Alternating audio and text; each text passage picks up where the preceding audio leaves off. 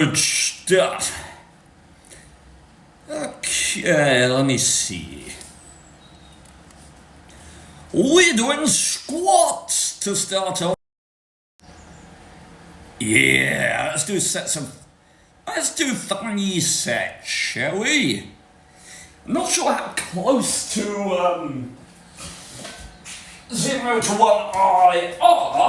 I will get on squats for safety reasons, and plus I'm not used to taking squats that far yet, so I have to make some adjustments before, I guess build a bit of confidence before I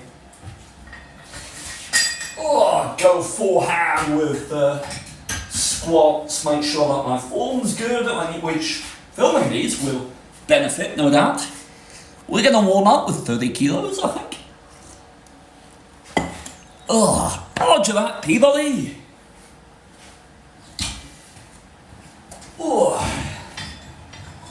Got a little bit of DOMs in my calves, believe it or not.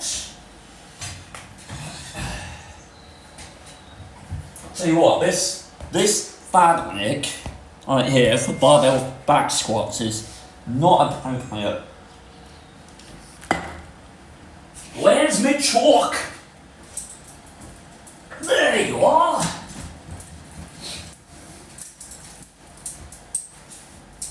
You know what, with the DOMs I might just start off with bodyweight.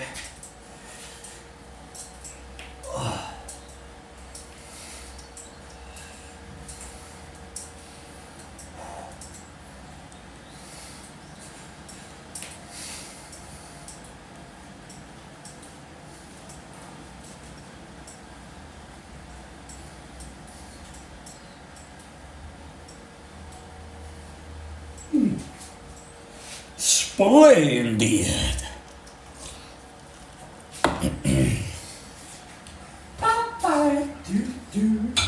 There's a bunny out there. A big old bunny. Where is it? It's lovely. We have a nice big enclosed garden, and when we had chickens, they would roam about the garden during the day, put themselves to bed in the aviary, and we had the bunny who hops about and has the run of the entire garden. She's even got a sort of tunnel network under the shed, which I'm sure she enjoys. She used to be quite an escape artist, but nowadays she seems to be perfectly content to stay in the garden. I wonder if she had a bit of a scare one time going out by herself. Some foxes about. Hello, Nuno. Okay, let's get a warm-up set of 12 done, shall we?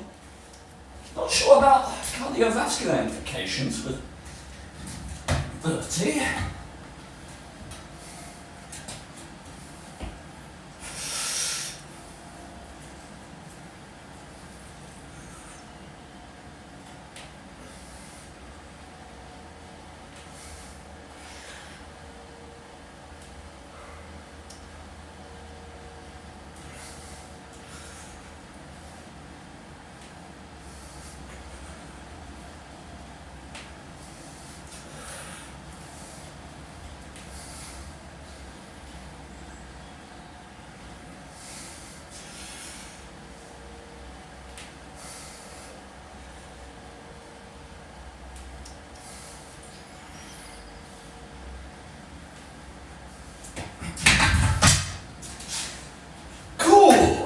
Okay, we'll move up to 50.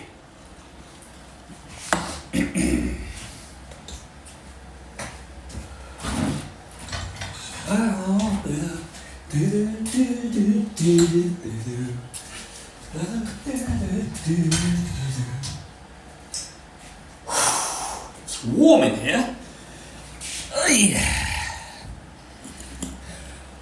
Already done some squats today. My legs will say goodbye if I try any more. train hard and then recover harder.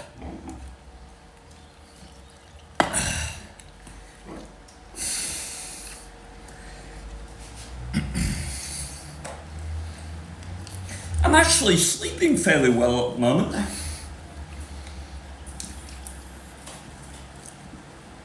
Believe it or not. I think alongside my sort of personal training, because at the moment I'm doing Anatomy and Physiology level 4 and personal training level 3. So I think alongside, like, I have fairly detailed anatomical knowledge of the upper limb, the trunk, to some extent the head and neck. But my knowledge is fairly lacking when it comes to the lower body currently. All of my study units have been higher upper body. So it'll be interesting to see how my learning as it evolves complements that the implementation of lower body work. How goes the goit training? Fairly well, just did a set of 12 and 30 for warm-up. Now we're going to do a set of 6. With 50! Yay! 110 pounds should go fine.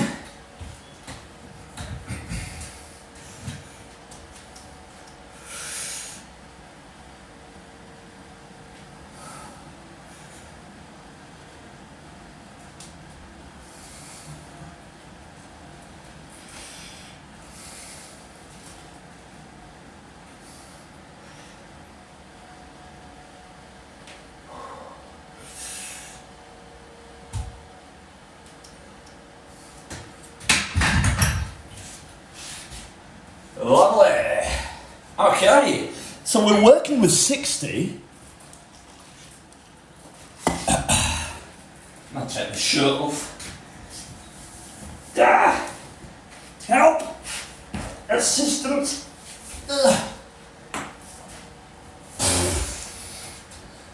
Already sweating. Massive muscles, your legs. Although technically your legs are your thigh region. You've got your glutes, your hip region, thigh region, knee, then your leg, which is from your knee to your talocrural joint or your ankle. This is your leg, right here. This is not. That's not a leg. Why am I wearing myself out while waiting for first set? Oh, this is going to be a hard day, dude. I am already sweated. Open the door.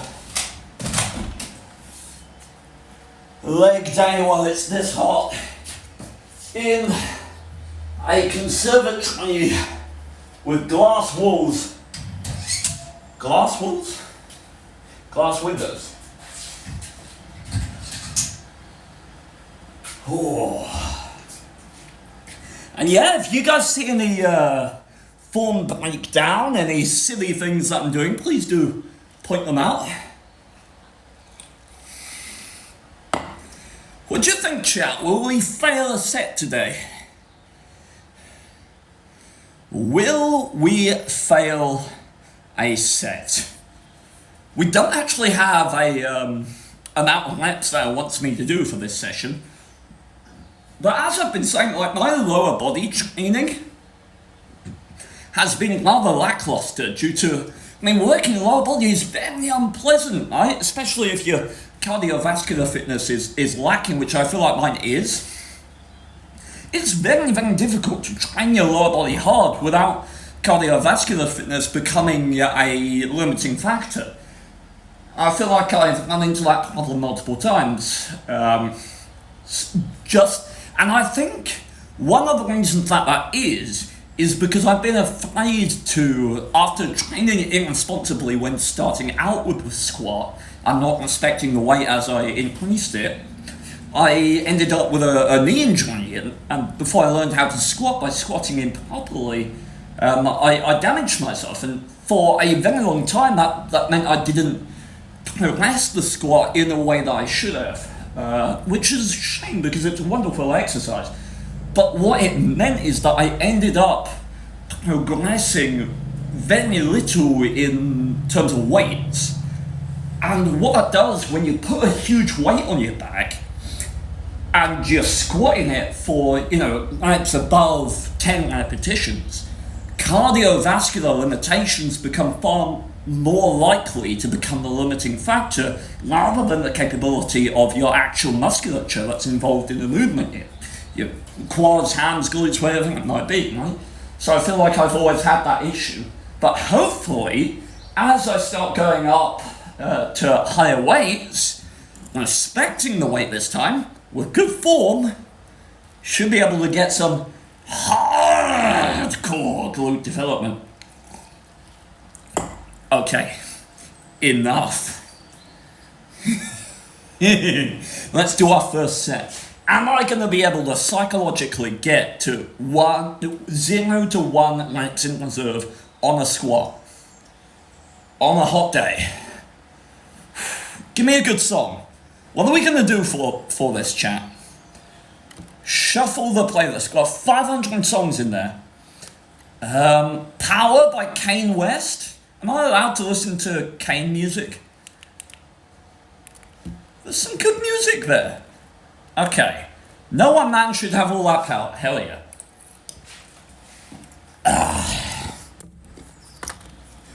Okay.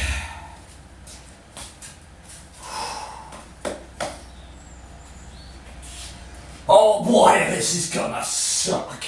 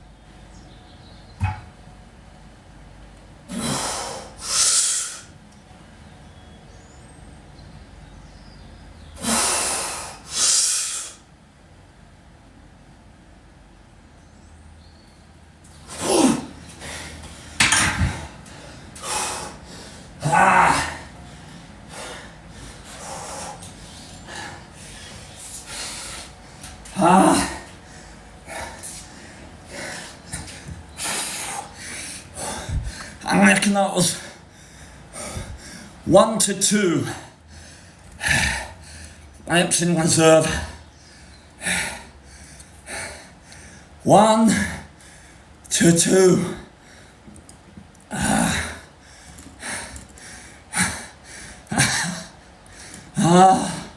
Do the flex.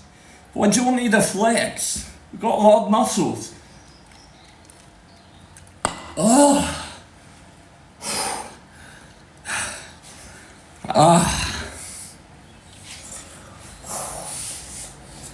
Let's rest until we can do another set of 8. And then let's do 9 instead because fuck it.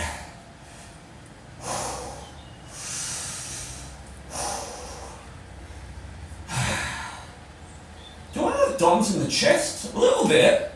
Those flies are doing work.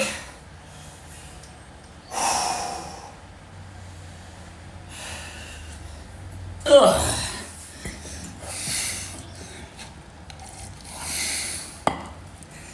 Okay. Who's got an estimate for next set? What do you think? Gonna give myself another minute. Started off at 12. How many do we have in set 2? Oh.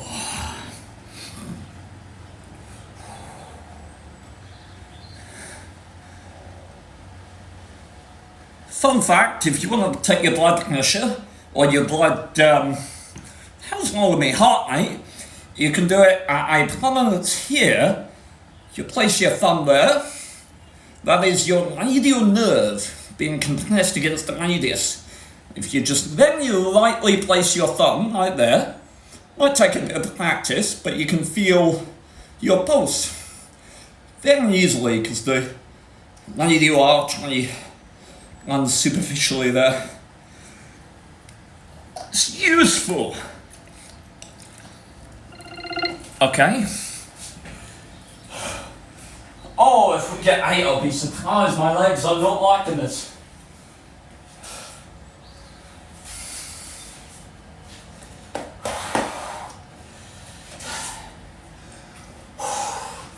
You're working hard, Steve.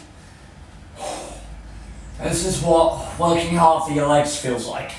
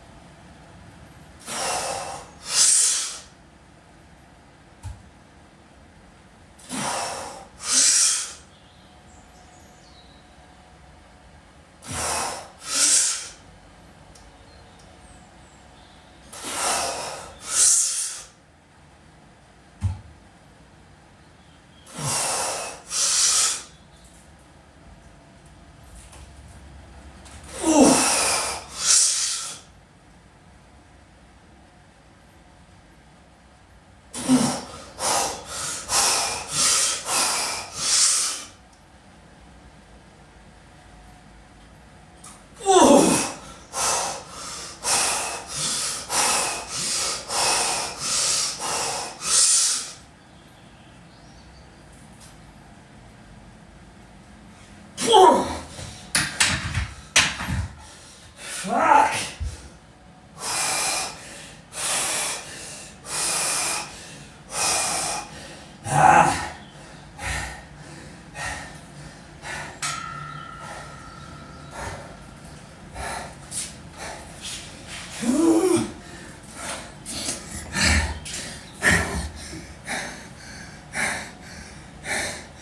Second 12.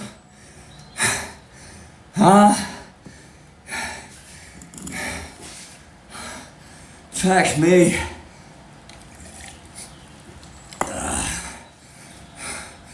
Get my lower back fired up.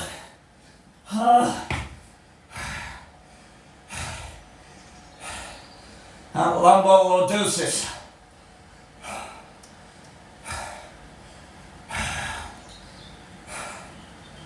Doing work.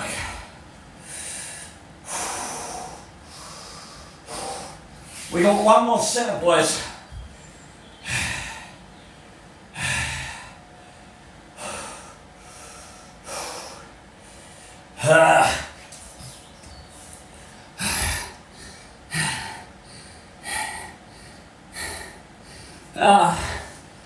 Swear, I'm gonna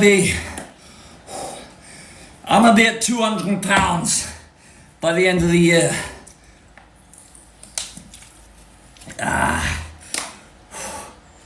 I'm gonna shoot for 100 kg, 220.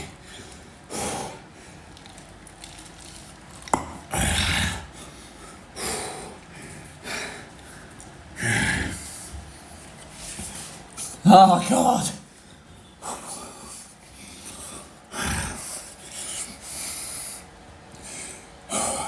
Good thing is, the rest of my workout here is sitting exercises. So we got hamstring curls or seated leg curls, and we got leg extensions, both using my lovely leg extension machine.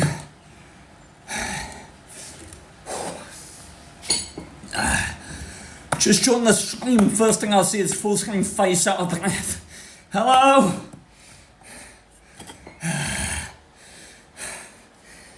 We got one more set of barbell squats to do.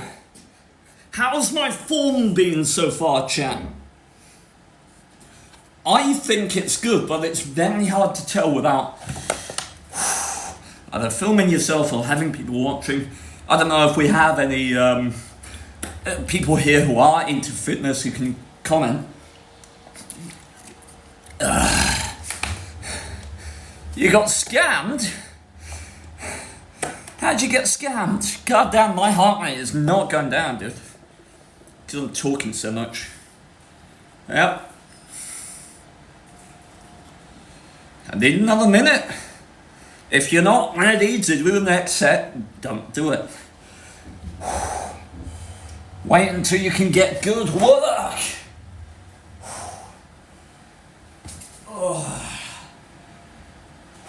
Let's do the quadriceps muscles, shall we? What is it? The actus femoris, vastus lateralis, vastus medialis, vastus intermedius of the quadriceps femoris. And with the hamstrings, you got the biceps femoris, semitendinosus and semimembranosus.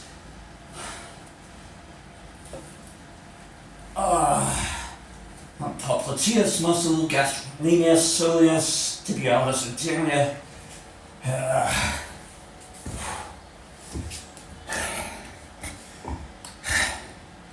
Okay.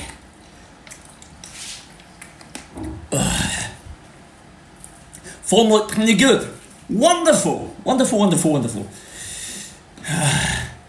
Did they read my message? Oh, I'm sorry, I don't have access to those on because I'm on mobile here, so I'm not familiar with how to get those up. I apologise. Once I get back to my PC, I'll refund your points. All right, last set.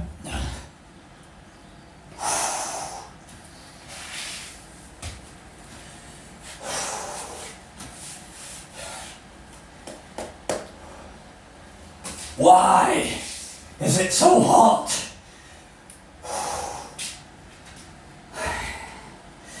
Come on.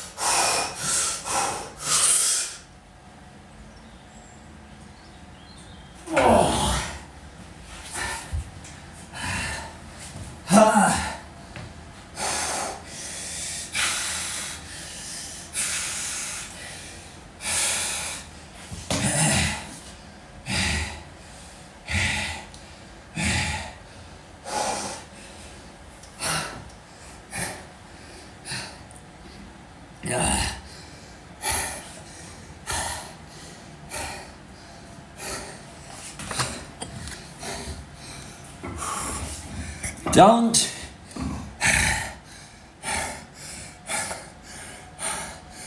Don't train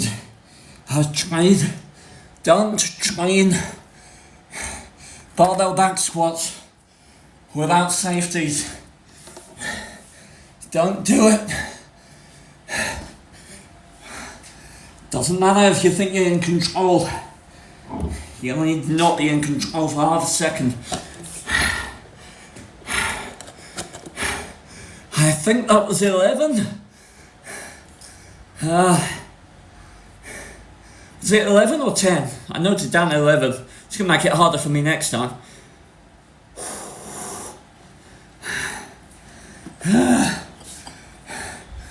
So yeah, we did 12, 12, 11. That's not bad.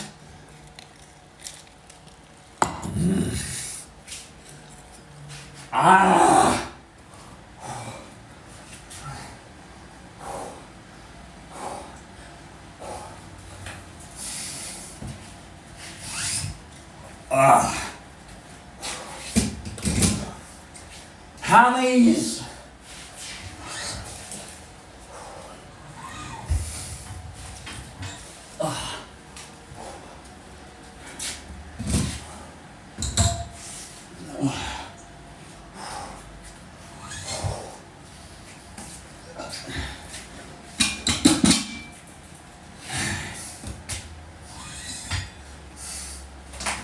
I can feel some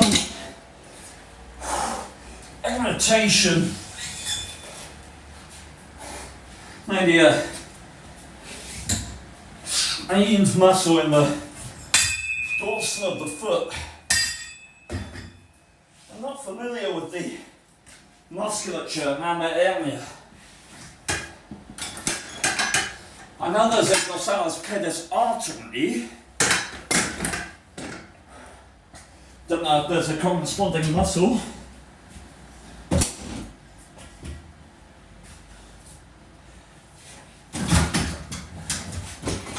Perhaps some lifting shoes, I know.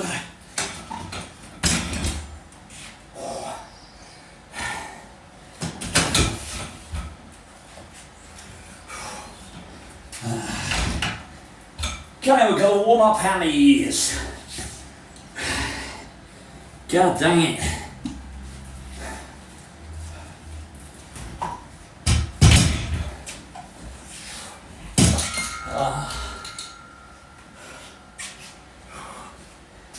Actually, that's terrible positioning for...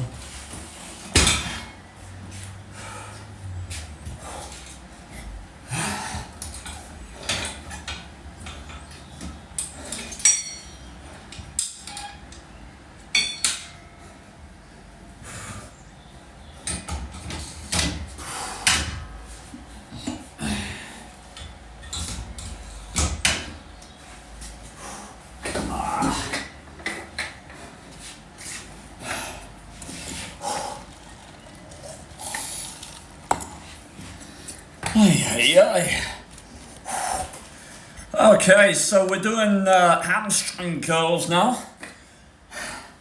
Discussed the hamstring muscles earlier. I think there's 3.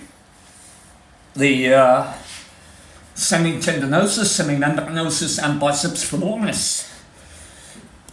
Biceps brachii is not the only bicep muscle.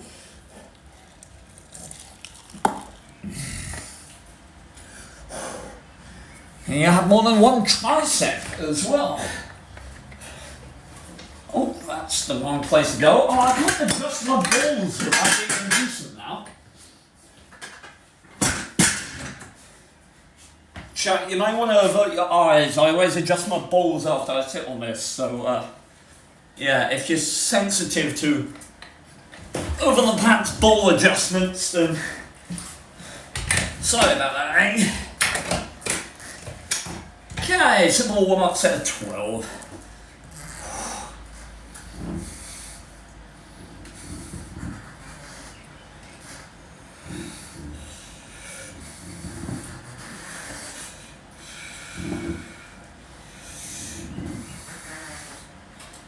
This is barely even a warm-up, to be honest. We'll go for it anyhow, explore the range of the movement.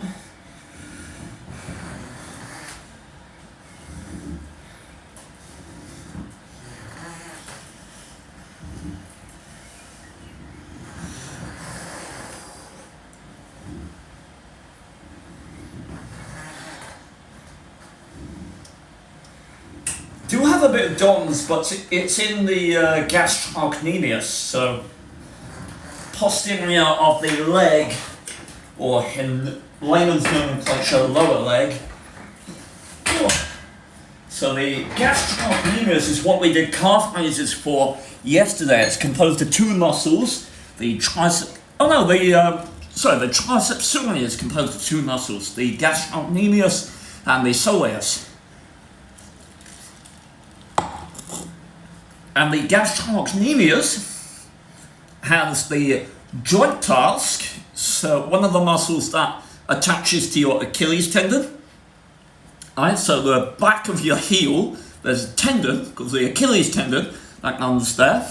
And one of the muscles that attaches to it is the gastrocnemius, and it's in the posterior leg.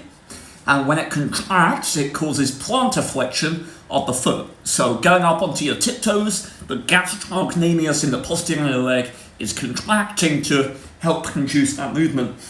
But what it also does is it helps to flex the leg at the knee. So if you bend your knee, the gastrocnemius, in addition to the hamstring muscles, are facilitating that movement. And that's why, when I'm doing my hamstring curls here, I'm feeling the delayed onset muscle soreness in the gastrocnemius, at the back of my leg.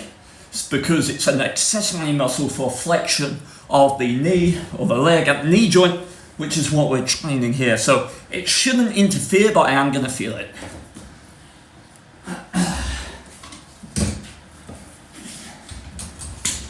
Alright, up to 20. Ooh.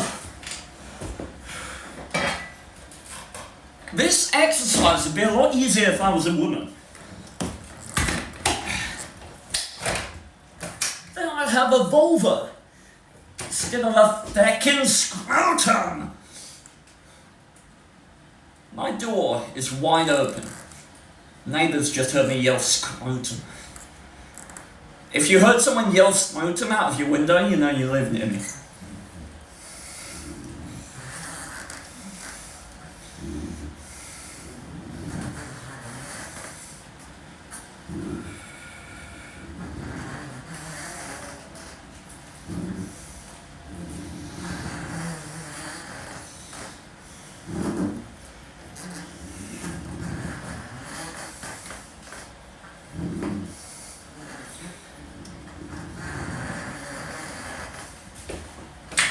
Okay. Trouble is, when I'm fatigued, it's actually really hard to lean over and unhook this. So, if I get stuck, someone call a fireman or something. Scrotum indeed. Okay, so this wants 55, and it wants 18 reps to start. Okay. That's 25 kilos. 55 pounds. Alright. Let's do that.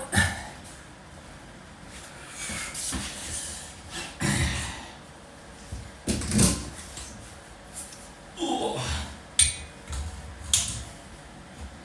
Now we'll put on some clamps for this one. I do recommend, certainly when it comes to barbell work, don't use clamps if you're in any chance of getting stuck under the bar. If you are lifting alone, like I am, then using clamps is a massive safety hazard. It increases the likelihood of you being stuck under the bar. Also, it increases the chance of getting away with poor form, so the bar tilting. And it ups the chance of you getting injured. Makes it harder for you to bail the weight in the event of a failure. If you're lifting a weight that you need clamps for, that weight is too heavy. Ooh. But on an exercise like this, it doesn't matter, because there's no chance of me getting stuck under the weight, and it doesn't impede my ability to bail out of the exercise. Okay, we're going for 18.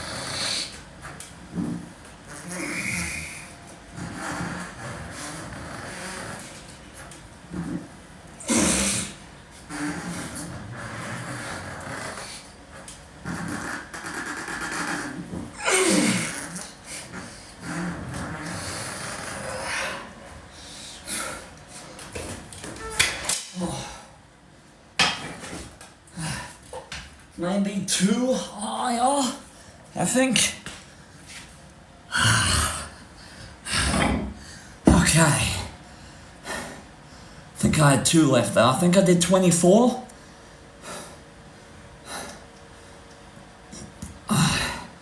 Okay.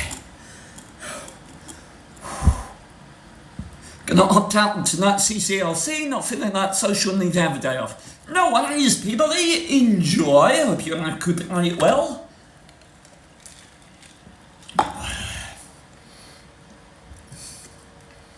So I'm gonna remind people again. You have 2 arteries that arise from the bifurcation of the brachial artery within the cubital fossa, anterior elbow, right here. They bifurcate and they travel on the medial and lateral side of the forearm. The radial artery travels laterally, ulnar artery travels medially, and the radial artery runs superficially just at the wrist, right here. So if you ever want to take your blood pressure, from the bottom of your wrist, right there, very lightly place your thumb here, you should be able to feel your pulse. And that will be the pulse of the radial artery.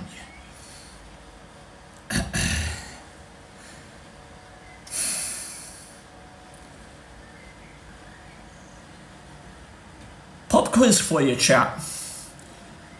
Which vein is the most common for medical practitioners to draw blood from?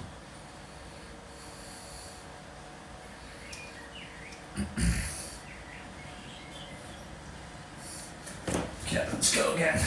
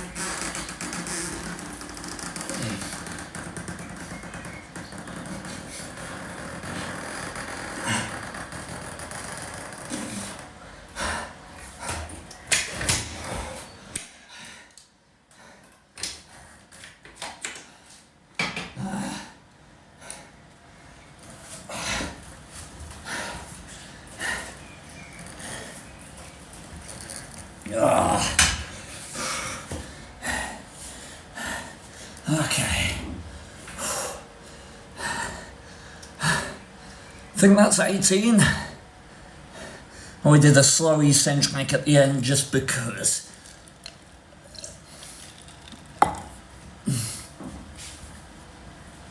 There's a pulse in your thumb too. You're supposed to use your fingers to take a pulse. It's effective either way, to be honest. Although, I guess tactile sensation from the thumb might overlap with the radial artery, but I've never had that. It would be fairly noticeable, I would expect.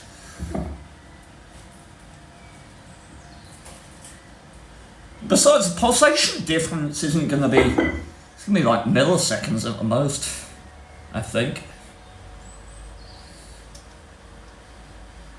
Yeah, there's no pulsation overlap that I can feel. But you could be right, I'm by no means an expert. What is the... Oh, it was had the name polysis, I think. Trying to think of the artery that supplies the thumb. Can't remember. There's a lot of anastomosis with the vessels in the hand. How about the pulse in your neck? I don't know which pulse you would be measuring there. The common carotid artery arises from on the right side brachiophytic trunk, on the left side the aortic arch, and then you've got the left common carotid artery, right common carotid artery, and then they bifurcate into the internal and external carotid arteries, but I'm not sure at what level that bifurcation occurs.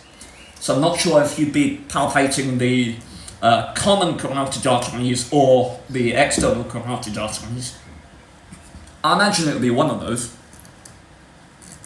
More for when you take someone else's pulse. Yeah, I'm sure there's good logic behind it. It's just never a problem that I've run into personally.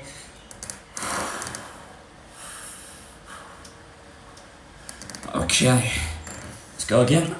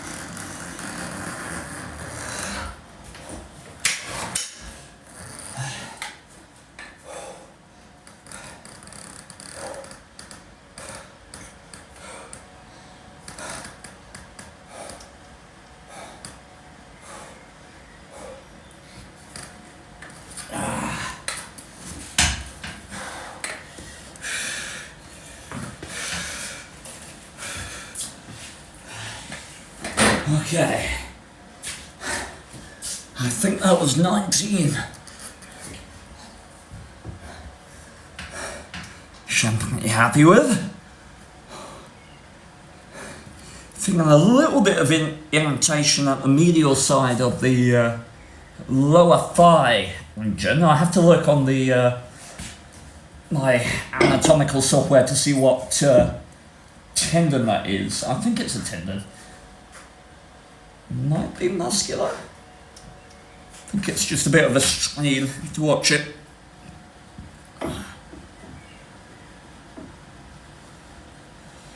I'll set moderate pain for the joint. Moderate pump, pretty good. Cool. Just asking because my strongest is high up on the left side of my neck. Bit of pulsation there. Ooh. It's trapezius almost.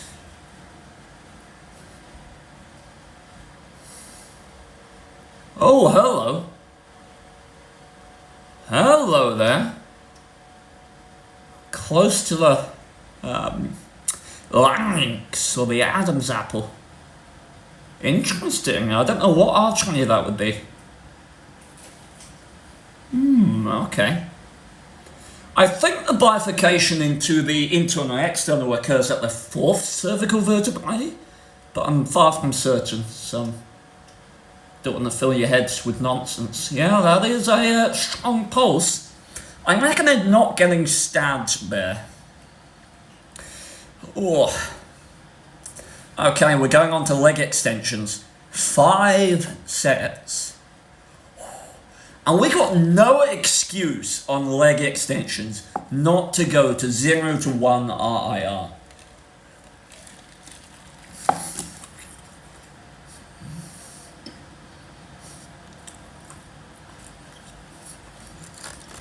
So it's recommending 50 pounds, but it wants sets of 19. That's a little high for me right now.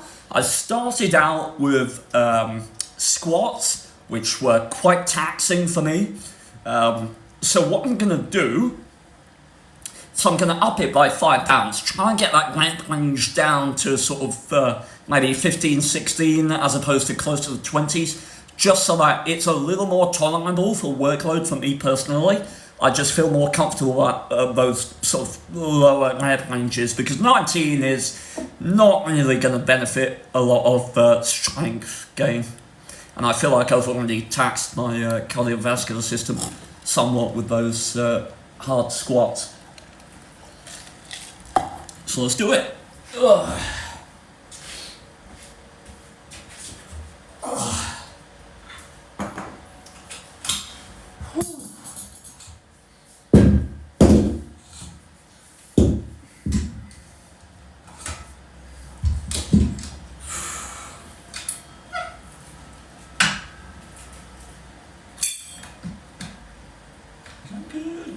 Good. Oh. Shall we warm up with 20? Let's do a quick warm up just in case my quads have done something silly in the time since our last set. Ay, ay, ay.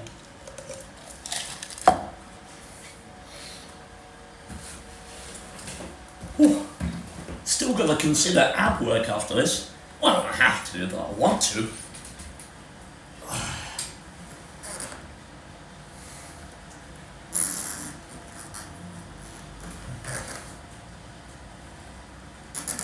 Oh, my quads are not happy. 5 sets of this? Are you mad? Are you mad? On the plus side, my quads are this tired this early.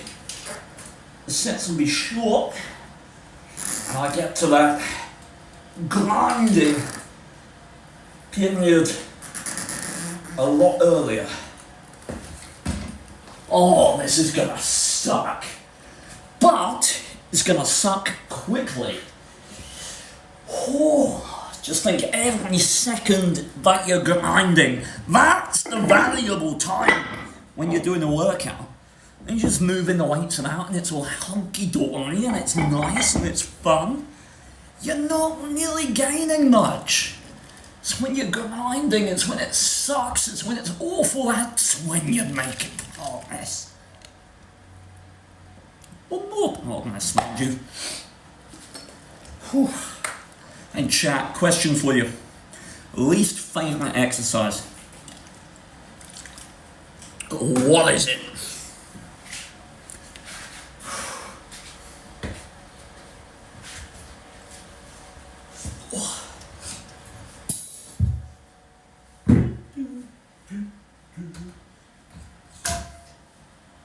$25. I might be overshooting it with this massively. Highly doubt I can get like 10. We'll see. Maybe I'll lower it mid-step. And quads are just like, what are you doing? I thought it was over. I thought we were done.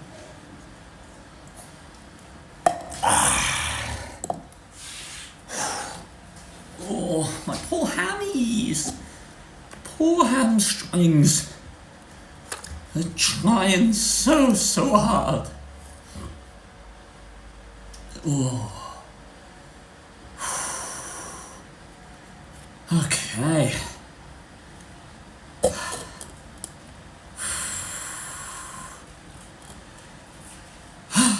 Okay. Water, methinks. I will be back.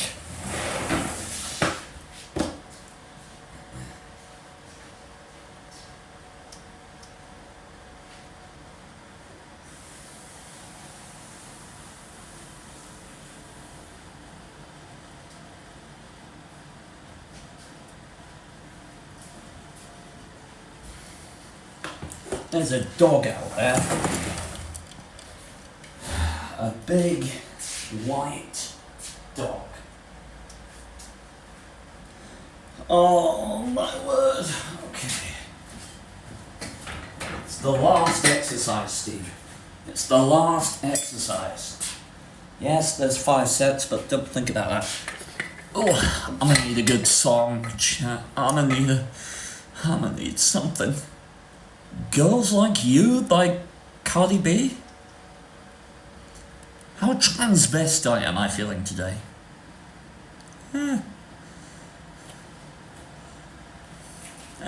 Feck it. Oh, if I pussy out, I can blame the song. Oh. Okay.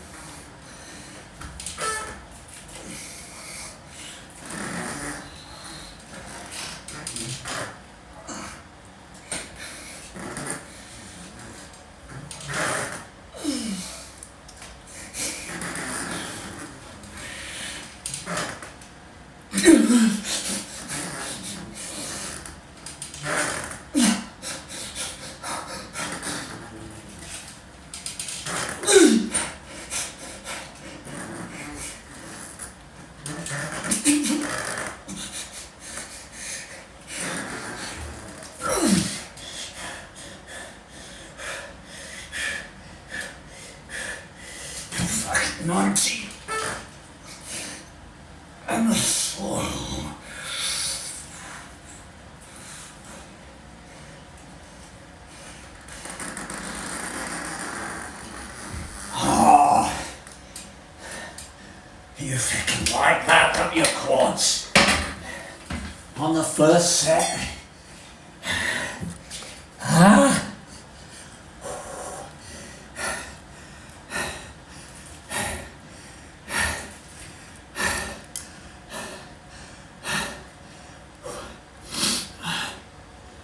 55, 18.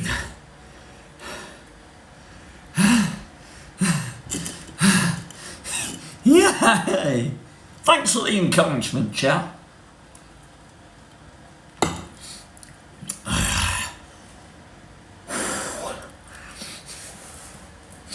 I want another good set of 12.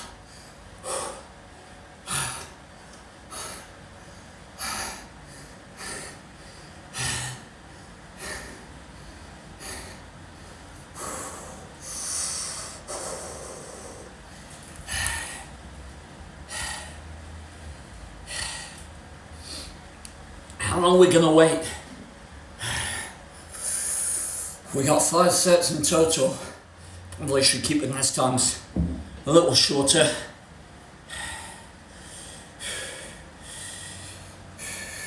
Make sure to keep hydrated, chat.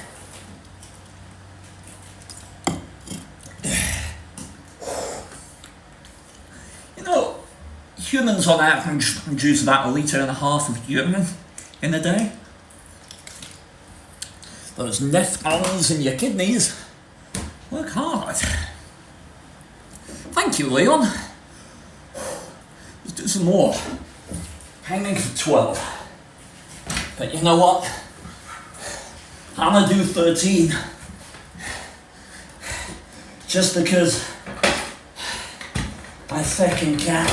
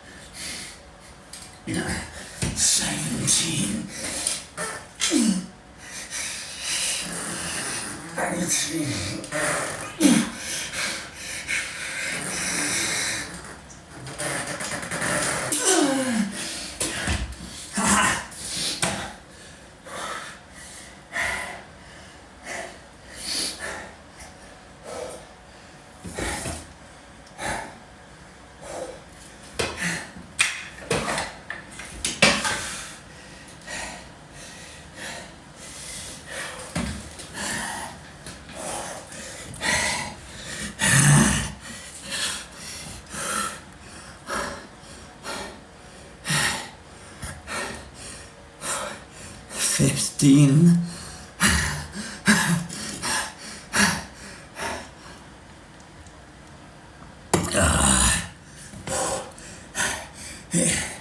You never believe this, chat.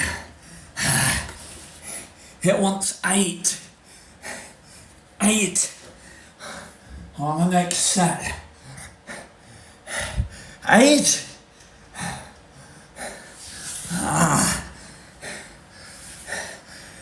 Do you think me a weak single digit?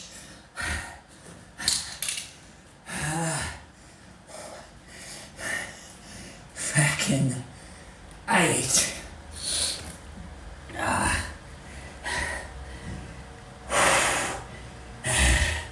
What a load of goddamn bollocks, chat.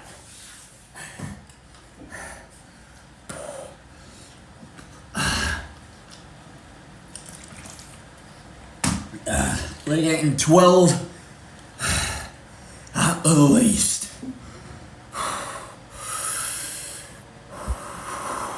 Makes my legs so watching.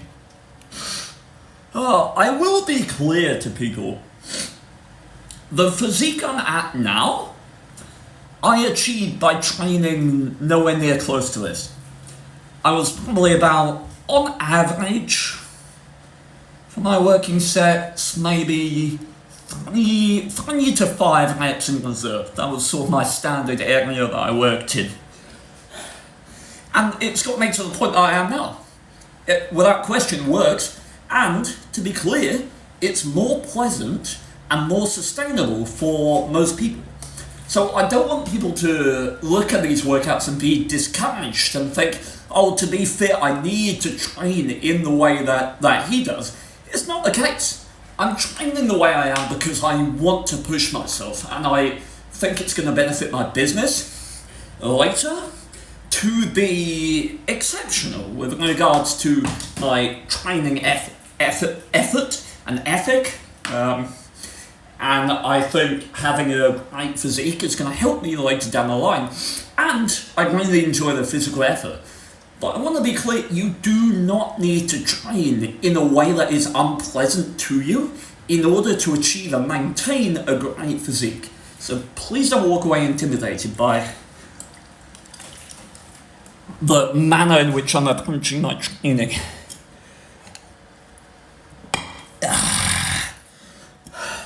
Okay, give me a good tune. Give me a good tune. We're not even halfway through. What have you got? Thunder by Imagine Dragons? Let's see. Come on, that's gotta be a good one. Believer by Imagine Dragons, yeah. I believe in the double digits.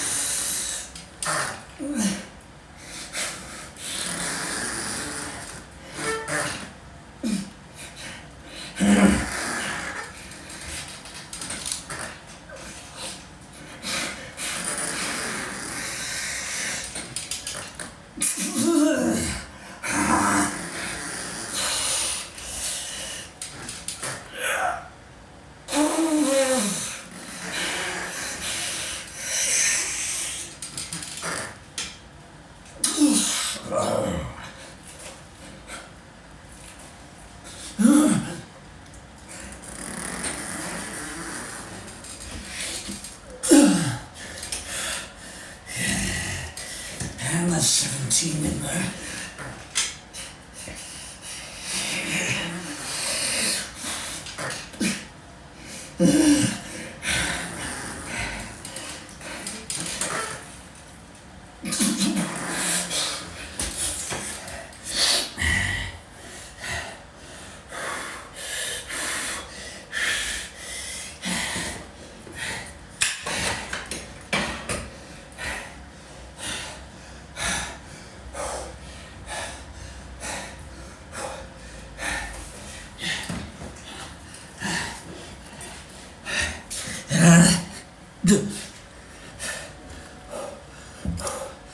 Okay.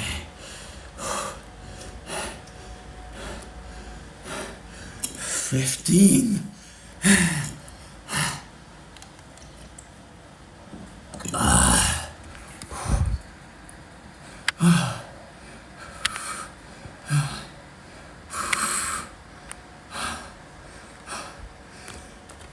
Me when I need hydration, coffee.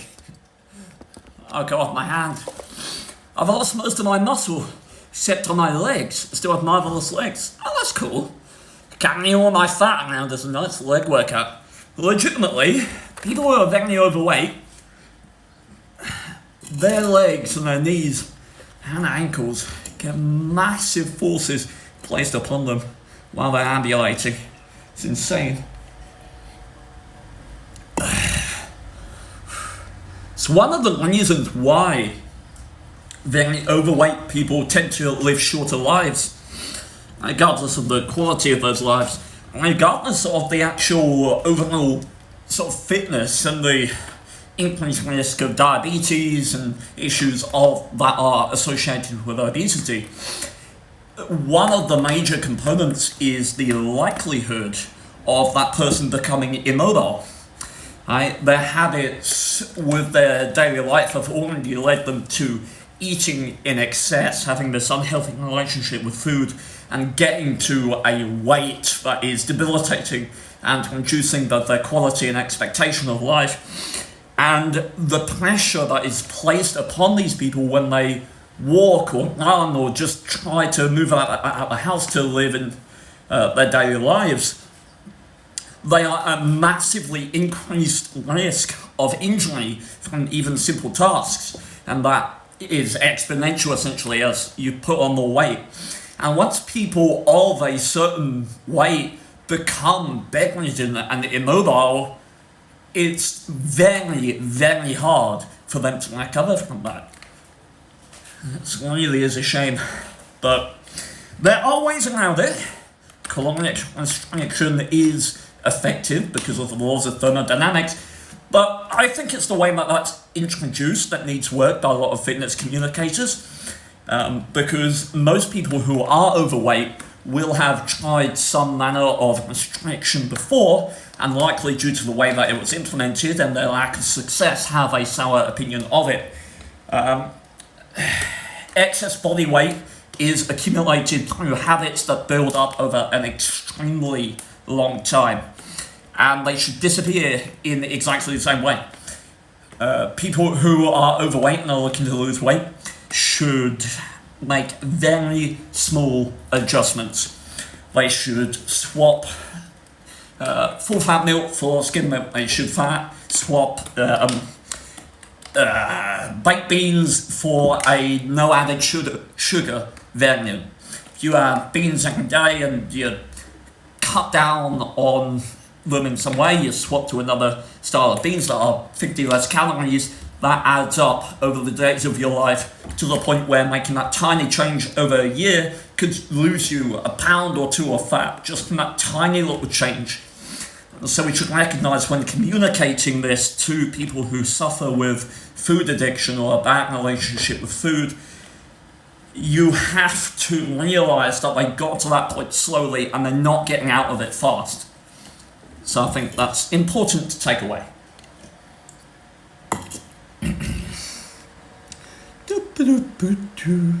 Imagine having to climb stairs and you tell me you just have to take care of basic necessities. Yeah, my sympathies. My workout today was disassembling my exercise bike and carrying down 6 flights of stairs.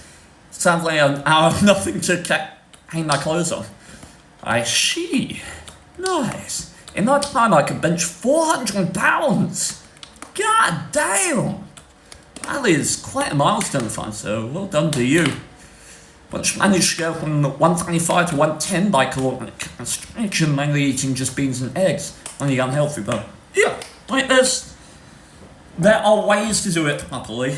Certainly for extremely overweight people, swimming is actually a really good exercise because of the low impact on the joints.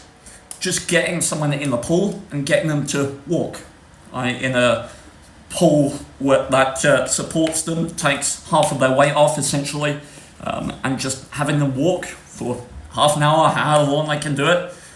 Really good if you can facilitate that. Anyway, I've delayed long enough. We gotta go. I'm gonna feel this tomorrow. God damn it.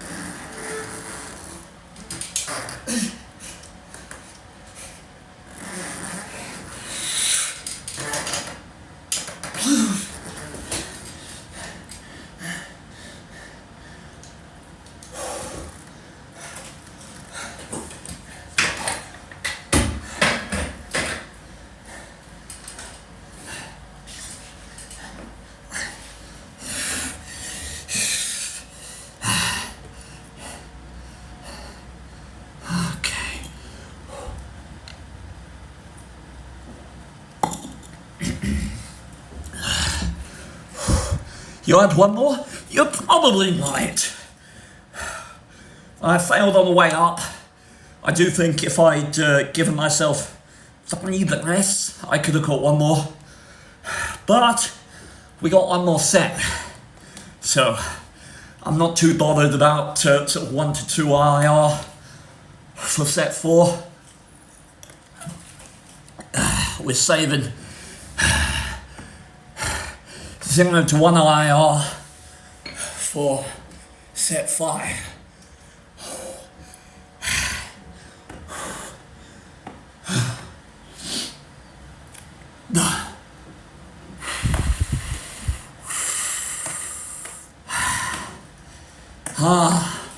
We failed some squats earlier. It was great. Safeties were perfectly positioned. Perfect, I tell you.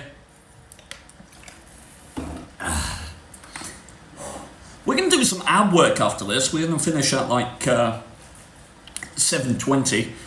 So we can do... I think I'm going to do cable work for abs, I think, just sort of cable punches, but I might play fatigue doing some deficit sit-ups, just because they look dramatic.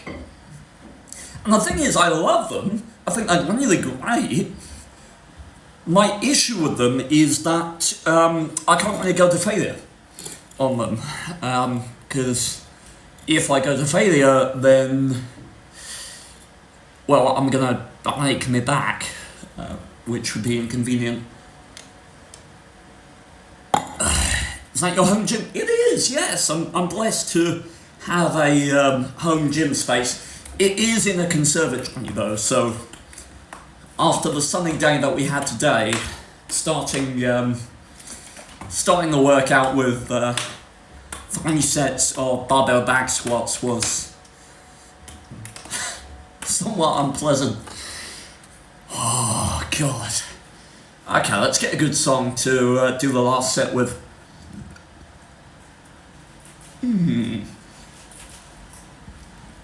Come on, maybe something by Eminem? Maybe? Come on, give me something good. A mini lad diss track. Oh, from Void? Hell yeah. Okay. Okay. Let's roast the guy with paedophilic tendencies. Hell yeah. Oh. Still can't believe that guy tried to come back to YouTube, like, but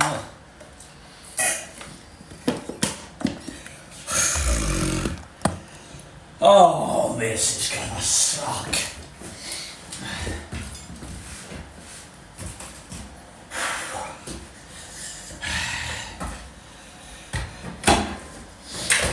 You know what? I'm getting to 15. Feck my muscles.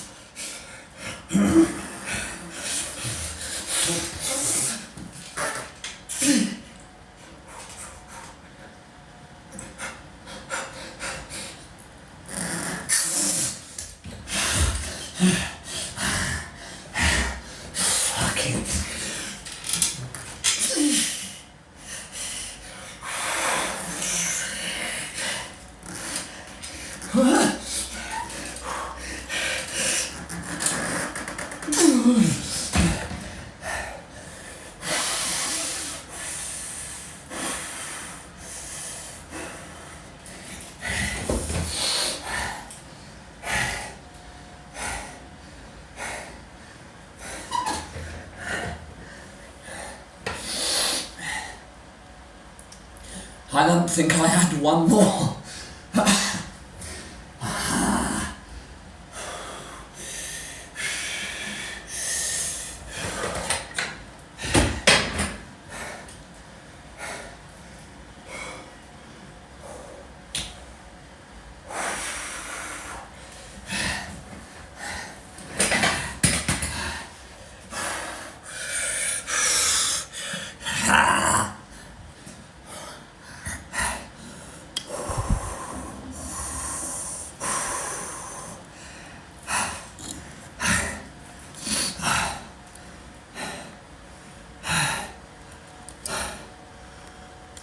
Oh yes. Okay, chat.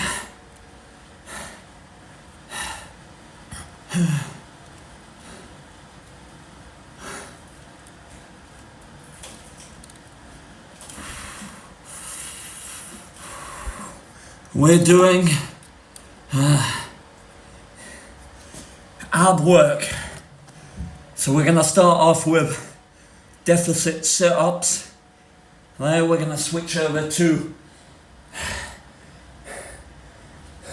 cable curls on the machine or cable crunches. Just adding those to the itinerary. Don't know what that word is.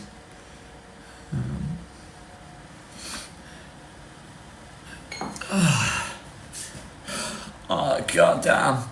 What's your split? Currently, I am using a preset that I composed using Dr. Mike's RP Hypertrophy app, which I found really useful for sort of just, it interacts psychologically very well with me, because when I have a set number to achieve, I feel better about pushing further and progressing. It giving me a number to put on the bar, I feel more comfortable with that personally. I've made it clear I disagree with Dr. Mike on a few things. This app has been useful for me. I think it has some very good features, so I'm currently using it. I have been using it for a week and a bit so far, and it's been useful, as I say, for me on my sort of rebound from my depressive phase. I am often hyper-energetic and hyper-fixated, so I pour that energy into fitness, going 0 to 1 RIR on basically every exercise that I do. And this app has been helpful in facilitating that. But as far as split goes, I don't really have one. Machine crunch, cable rope crunch, that's the one. Cool. Okay, I'll probably do 4 sets of abs, I think. Maybe 5 in total.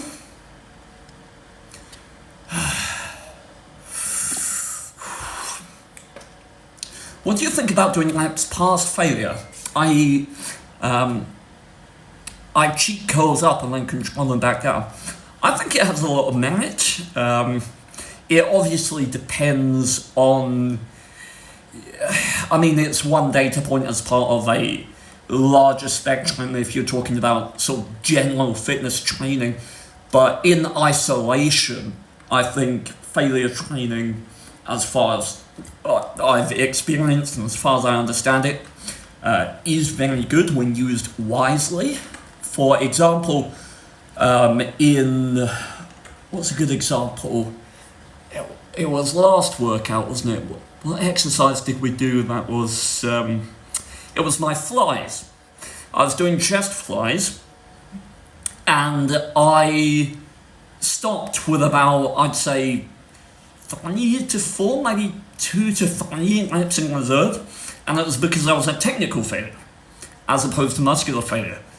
And I could tell that, pushing further at that point wouldn't have been productive for the muscles. Even though I wasn't at muscular failure, I just could not perform the exercise with good enough form to make it safe and efficacious. So within that spectrum, assuming you're not approaching technical failure and you're doing the exercise properly with good range of motion, good form, a controlled eccentric, a controlled but not explosive concentric phase, I think failure training is fantastic. And using a bit of oomph, a bit of welly, particularly I'm doing bent barbell rows tomorrow, which is an exercise that I haven't done before. I think I'm at 70 pounds I'm working with, something like that, which isn't a huge amount, but certainly when I get to the later repetitions, I'm not going to be getting sort of full range of motion under my own power, so a little bit of welly to get those last few reps, I think is, there's efficacy to it, certainly.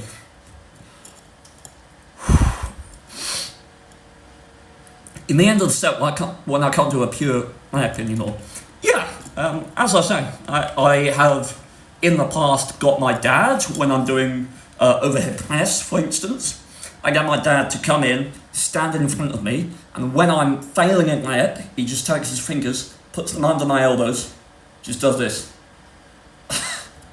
Like, just to get those last few reps. It's similar in principle to doing sort of slow eccentrics on a pull-up, for example.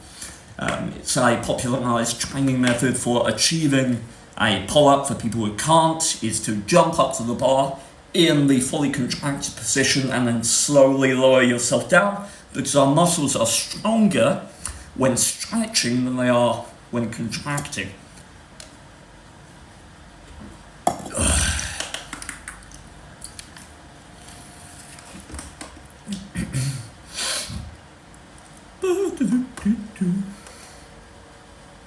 Do you know, I do wonder why that is.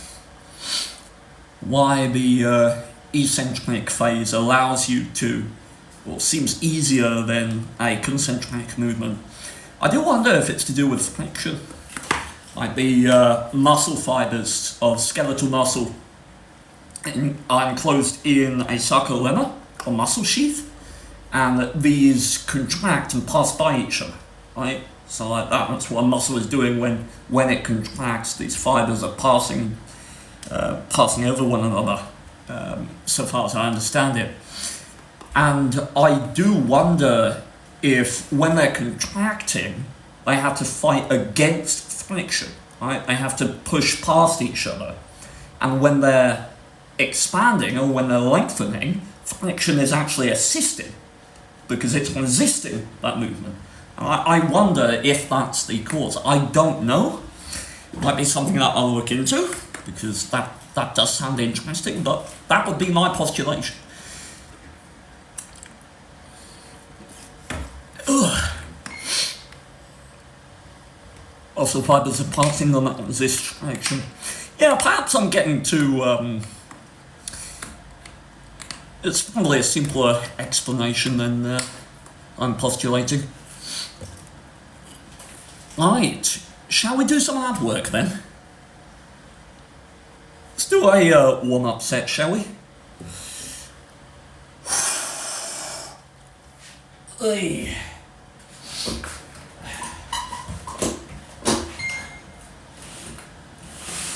Oh, I still want my weights on here. Oh, my legs!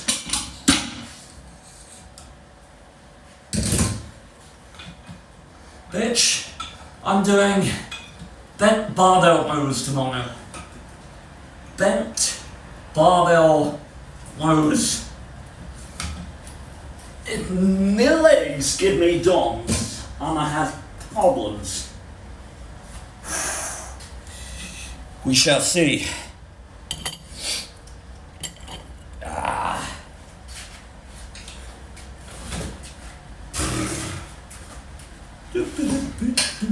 So yeah, if you have the capacity to do deficit sit-ups, I firmly recommend them, particularly for any fatigue work. They are a difficult exercise to take to failure, for sure.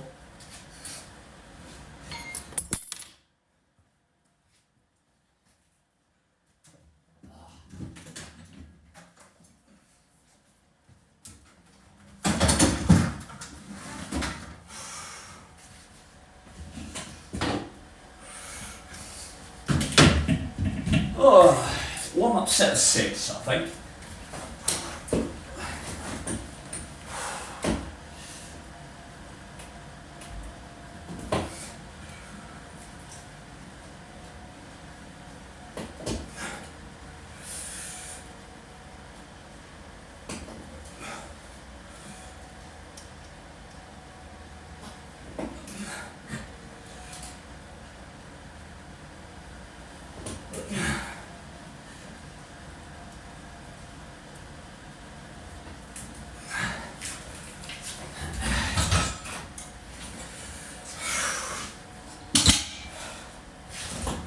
Hi. 10 kilos, maybe optimistic. You're drunk? Ah, cool. Don't drive. Oh, God.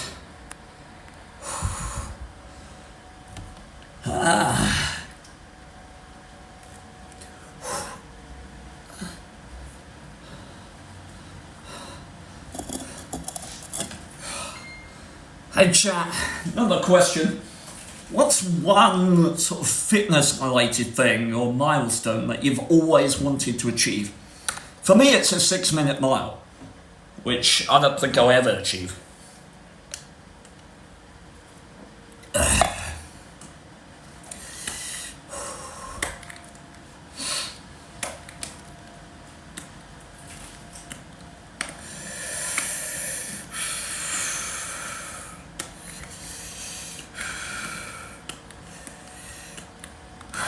Okay, we can probably get started now, I reckon.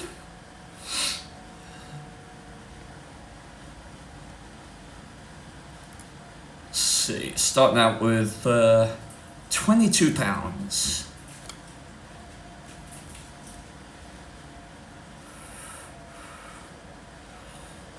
Okay. Oh.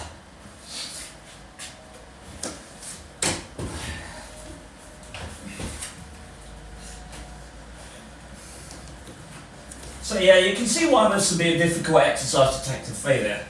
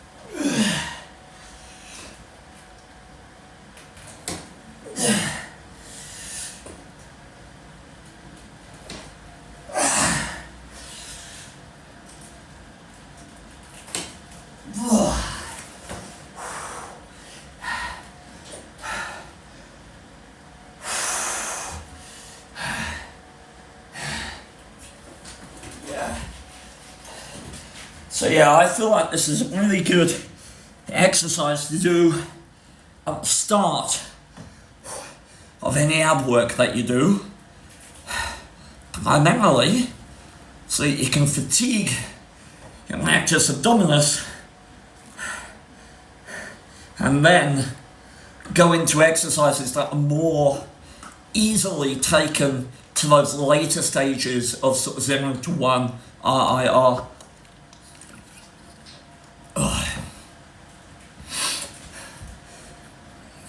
Titting is the thing that gives eccentric more perceived strength. Titting? I've heard of myosin and actin. You sure titting? Did you miss the A? Actin? Because they're protein filaments, aren't they? Transverse protein filaments across the muscle fibers. That's why skeletal muscle is striated. I don't know, I may just be uninformed and there's something called that, but I've only heard of actin, which sounds similar. Just titting. What is titting, if I may ask? I guess I'm thinking of the wrong thing.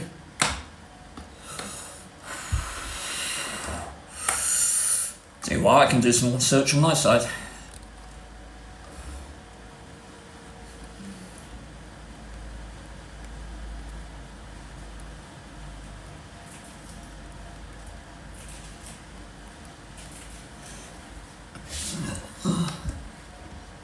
Picked up from a 4-minute video.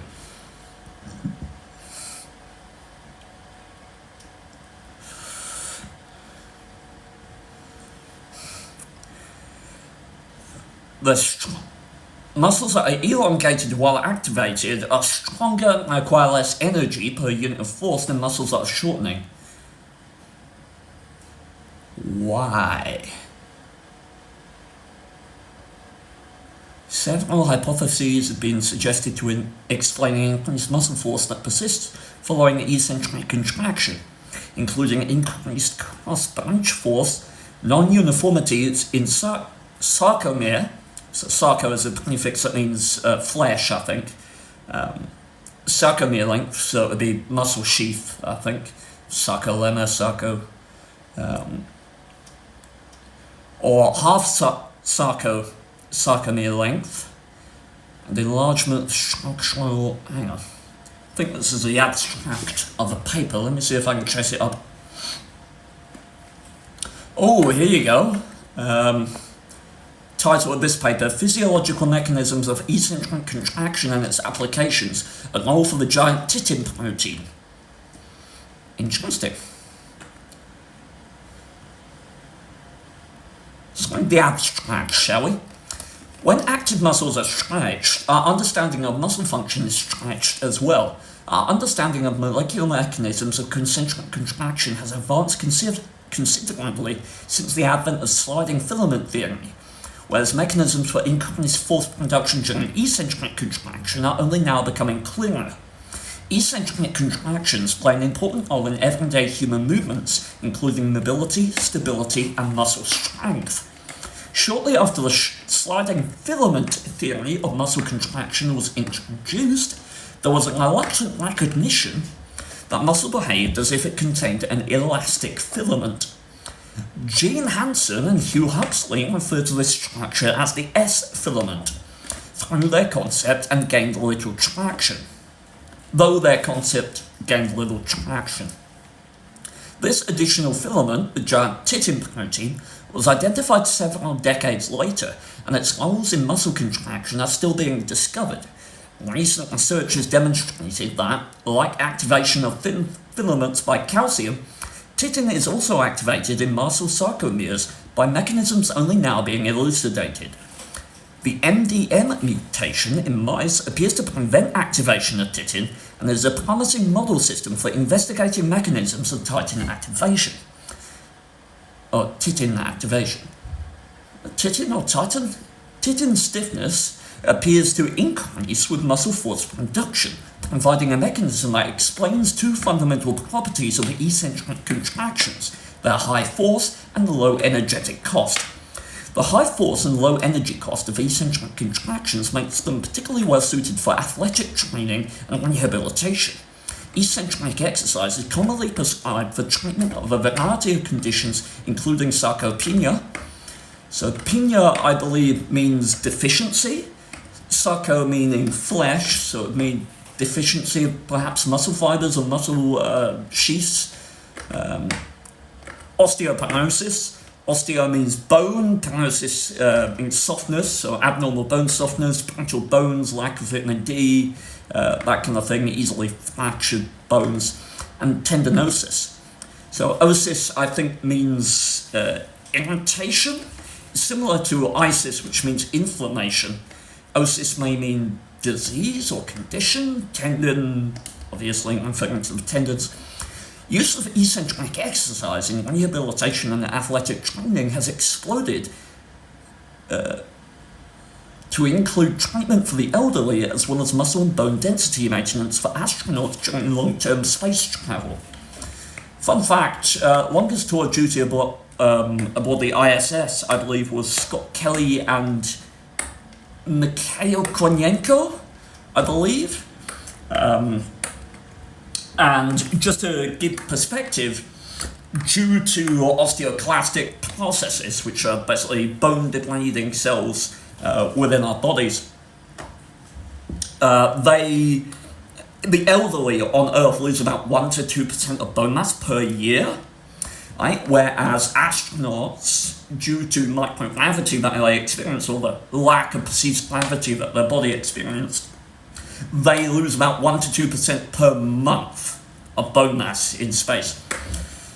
It's a big issue. Let's see. For exercise intolerance and many types of sports injuries, experimental evidence suggests that interventions involving eccentric exercise are demonstrably superior to conventional concentric interventions. future work promises to advance our understanding of the molecular mechanisms that confer high force and low energy cost to eccentric contraction, as well as signaling mechanisms responsible for the beneficial effects of eccentric exercise in athletic training and rehabilitation. Really interesting. Cool. Very good, that's in Frontiers. Lovely stuff. Oh, whoa, what the heck? Thank you, Infomaster, that's awesome. Tendinosis is a chronic condition involving deterioration of collagen, structure and protein in the tendons. Interesting. Thank you, Infomaster. Okay, anyway, I've rested far too long.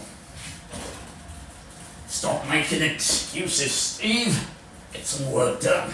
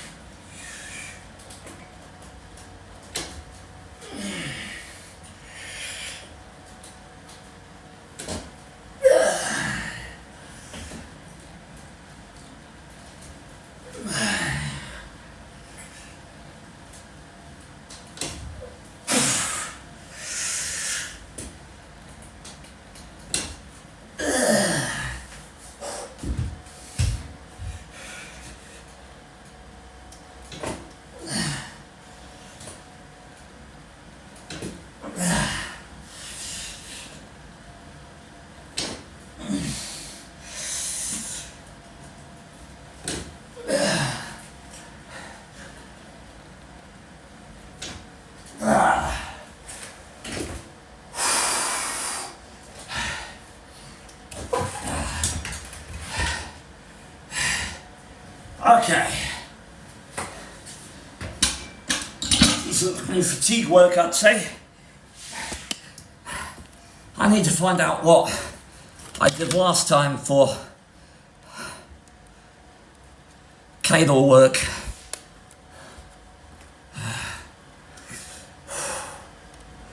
Let's see.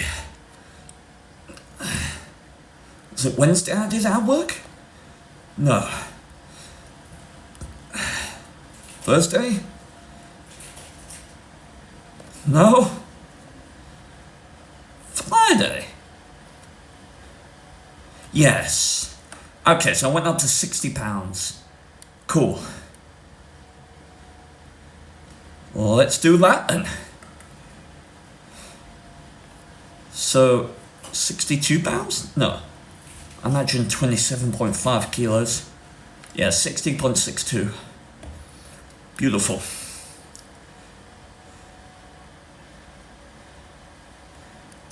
$60.62. Whew. I appreciate you, Infomaster. Alright, let's put you guys somewhere where you can see what's going on, shall we? There we are. That good enough?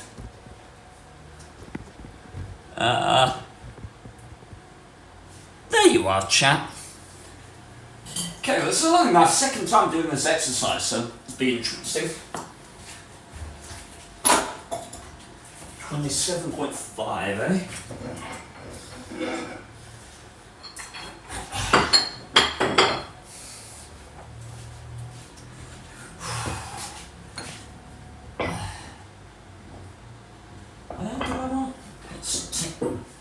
Big tail shit. Oh.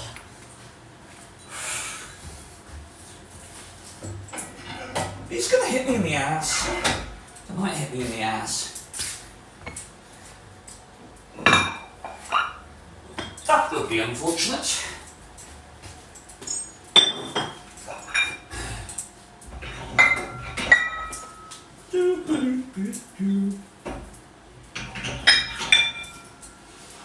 Righty-ho, where's my other handle? There you are. Oh, I'm already so tired. Let's see what we can get done, shall we?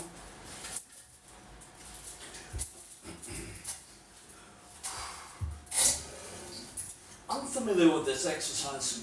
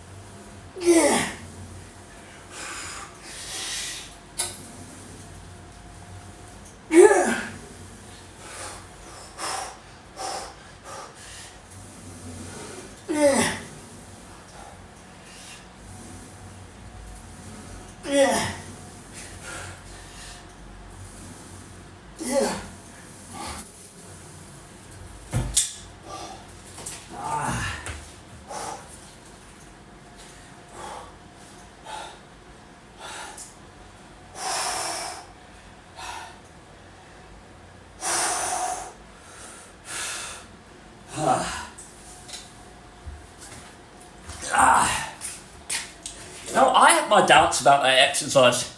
I'm doing it for the first time, but it's actually surprisingly feels really good. I mean, it doesn't, but you know what I mean.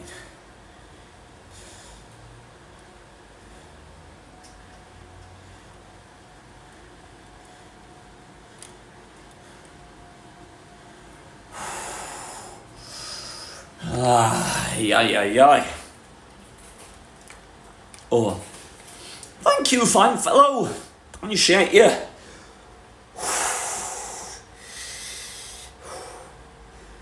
I swear, I'm gonna be lifting 100 kilos on the back squat by the end of the year. It's gonna happen. It's gonna be sexy. Okay, let's go again.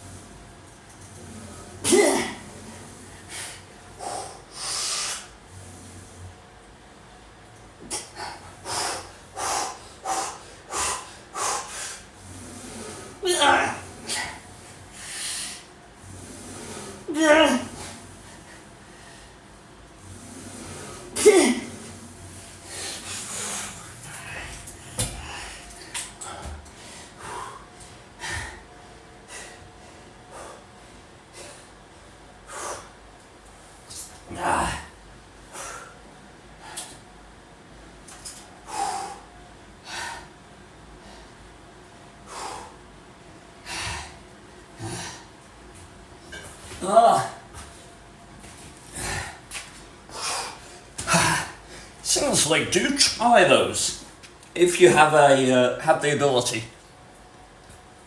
They're really nice. I feel like I can push myself a lot further with those than I do with a lot of other abdominal exercises.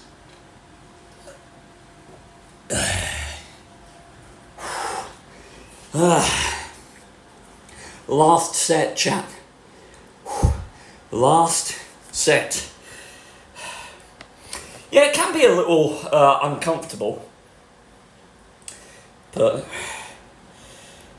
god damn, it does get me a pump in the rectus abdominis like very few other exercises. Wonder what your blood pressure is right now. I would hope fairly normal. Depends whether you mean diastolic or systolic. Yeah. Oh God. Besides, strangling yourself is hard. By the way, if anyone is interested, all of these workouts are going to be uploaded on my Workout Ways YouTube channel with the time codes for each exercise and all of the information about what weights I'm using, the sets and reps that I did, and that'll be for every workout that I do. So if you want to learn from them or copy them, which I don't recommend, but you are welcome to do with them what you will. Oh.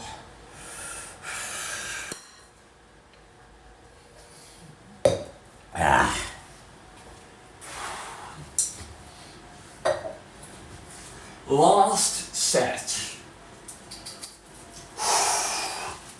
Let's make it the last word that my abs have on the matter.